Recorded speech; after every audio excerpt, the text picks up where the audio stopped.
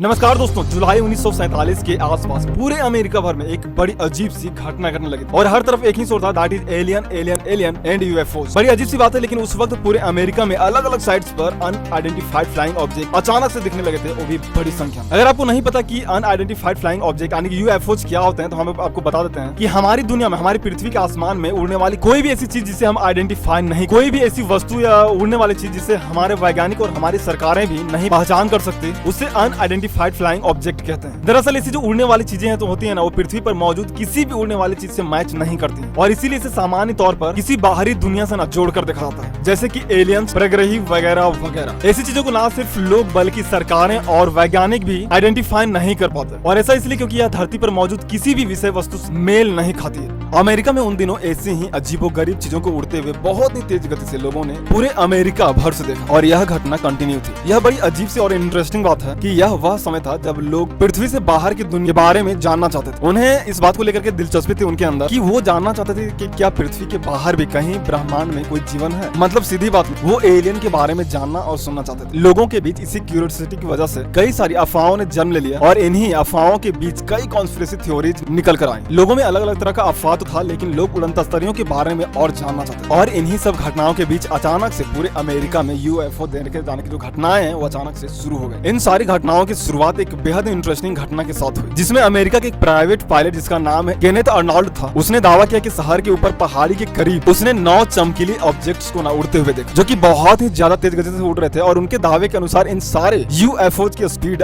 आसमान में तकरीबन 2000 किलोमीटर पर आवर से भी ज्यादा की। यह लोगों के लिए बहुत हैरान करने वाली बात थी, क्योंकि उस वक्त इतनी तेज किसी भी फ्लाइंग ऑब्जेक्ट का बन पाना लगभग नामुमकिन था, क्योंकि इसके लिए ना तो तब हमारे पास टेक्नोलॉजी थी और ना ही तकनीक के मामले में हमारी टेक्नोलॉजी इतनी उन्नत कि हम इतनी तेज गति के उन्नत विमान बना सके। अचानक से लोगों में इसकी चर्चा और भी तेज हो गई और मीडिया में हर तरफ यही बात डिस्प्ले करने लगी। अगर आप इस मैप को देखेंगे ना, तो इसमें जो रेड डॉट आपको दिख रहा है वह वो सारे जगह हैं जहां पर तब यूएफओ को स्पॉट किया गया। मतलब इतने सारे जगह से ना यूएफओ देखे जाने के जो दावे हैं लोगों द्वारा किए गए, और आप इस मैप के माध्यम से देख सकते हैं कि कैसे पूरे अमेरिका भर में तब यूएफओ को स्पॉट किया गया। इसके बाद दूसरी घटना घटी और इस बार जगह था रूजवेल शहर। दरअसल इस बार रूजवेल शहर के अंदर एक चरवाहे को अपने ही खेत में कुछ अजीबोगरीब चीज ना मलबे के रूप में मिला, चूंकि उस वक्त पूरे अमेरिका में हर तरफ एलियन और यूएफओ की चर्चा, और इसलिए तब उस इंसान को एलियन और यूएफओ वाली बात आ गई और उसके बाद उसने उस मलबे को एक ऐसे इंसान को दे दिया जो इसके बारे में जानकारी इकट्ठा कर सके। फाइनली इस पर यूएस आर्मी के एक कमांडिंग ऑफिसर जो है, जो कि इस वक्त रूजवेल्ट आर्मी एयरफील्ड के कमांडिंग ऑफिसर हुआ करते थे, उनकी नजर पड़ी और वो इसे अपने साथ ले गए। अगले दिन यूएस आर्मी ने इस बात को लेकर के अमेरिका में प्रेस कॉन्फ्रेंस कर लोगों को बताया कि उनके पास अब यूएफओ और एलियन से जुड़े ना पुख्ता सबूत मिल गए। लेकिन बड़ी अजीब बात है कि अगले ही दिन यूएस आर्मी अपनी बातों से मुकर जाते हैं और धीरे धीरे सारी घटनाएं ठंडी बस्ते में चली जाती। लेकिन 1970 के आसपास ऐसी घटनाएं पूरे अमेरिका भर में एक बार फिर से शुरू हो जाती और इसी दौरान मैक्सिको डिजर्ट के ऊपर कई बार उड़न तस्तरी देखे जाने के दावे लोगों ने फिर से किए। लोगों ने क्लेम किया कि उन्होंने इस बार न्यू मैक्सिको के डिजर्ट के ऊपर उड़ते हुए उड़न तस्तरियां देखी, और लोगों ने दावा किया कि इस डिजर्ट के ऊपर जब यूएफओ उड़ रहे थे तो उस वक्त बहुत तेज बिजली कड़की और एक बिजली इनमें से किसी एक यूएफओ पर आकर गिरी, जिसकी वजह से एलियन का यह विमान दुर्घटनाग्रस्त होकर वहीं रेगिस्तान में आ गिरा। यूएफओ का मलबा उस रेगिस्तान में गिरा और उसमें जो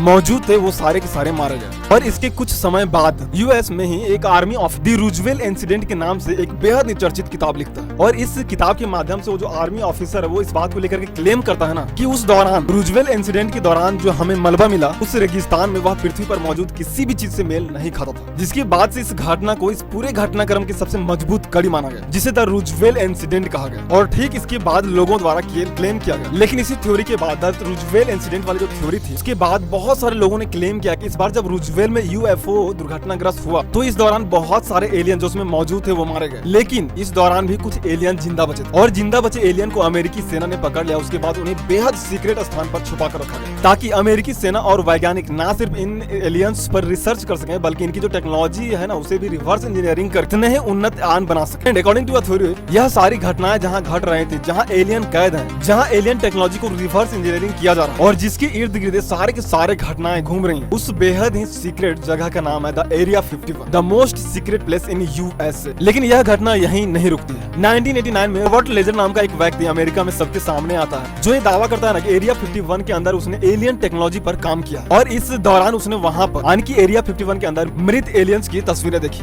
बट इन सब के बिहाइंड क्या, कई थ्योरीज के बीच दुनिया भर के एक्सपर्ट ये मानते हैं ना ये सारे के सारे जो अफवाह है वह अमेरिकी गवर्नमेंट द्वारा खुद फैलाया, या फिर जब ये सारी अफवाहें अफवाहें अमेरिका में लोगों के बीच फैल रही थी ना, तो इनको हवा देने का काम अमेरिकी गवर्नमेंट ने खुद किया। लेकिन सवाल उठता है कि ऐसा क्यों? तो जवाब है ऐसा इसलिए क्योंकि लोगों के बीच जितनी ज्यादा अफवाहें और कॉन्स्पिरेसी थ्योरीज होंगी, इतना ही ज्यादा असल में एरिया 51 के अंदर क्या चल रहा है ना, यह बात लोगों से छुपी रहे और गुप्त रहे। एरिया 51 से जुड़ी कई थ्योरीज हैं, कुछ काफी इंटरेस्टिंग है तो कुछ बहुत ज्यादा आश्चर्य करने वाला है। लेकिन सबसे जो विश्वसनीय थ्योरी है ना, वो यही है कि अमेरिकी गवर्नमेंट ने खुद एलियंस और यूएफओ से जुड़ी जो अफवाह है उसे हवा देने का काम किया। और इन अफवाहों और थ्योरीज ने अमेरिकी सरकार को अपने ऑपरेशन एरिया 51 के अंदर गुप्त रखने में, बेहद सीक्रेट रखने में काफी मदद की। वैसे तो अमेरिकन एरिया 51 को सालों तक गूगल मैप से भी छुपा कर रखा, जिसे 2013-14 के आसपास ना लोगों के लिए डिस्प्ले किया गया। लेकिन सच में तो एरिया 51 के अंदर क्या चल रहा है यह बात आज भी किसी को नहीं पता।